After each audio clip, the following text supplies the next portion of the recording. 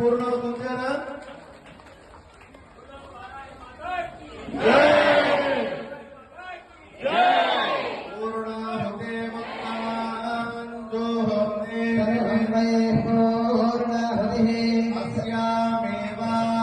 ప్రతిష్టతే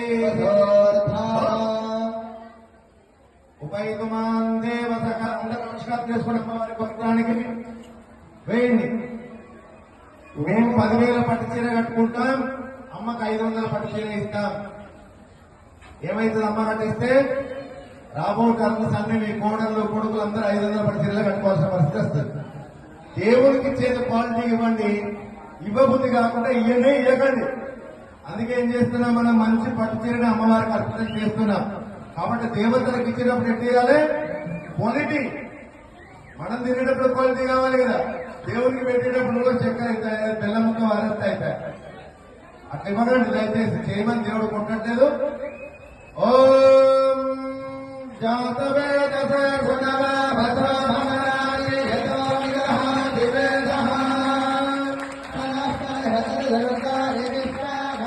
Dhanvantari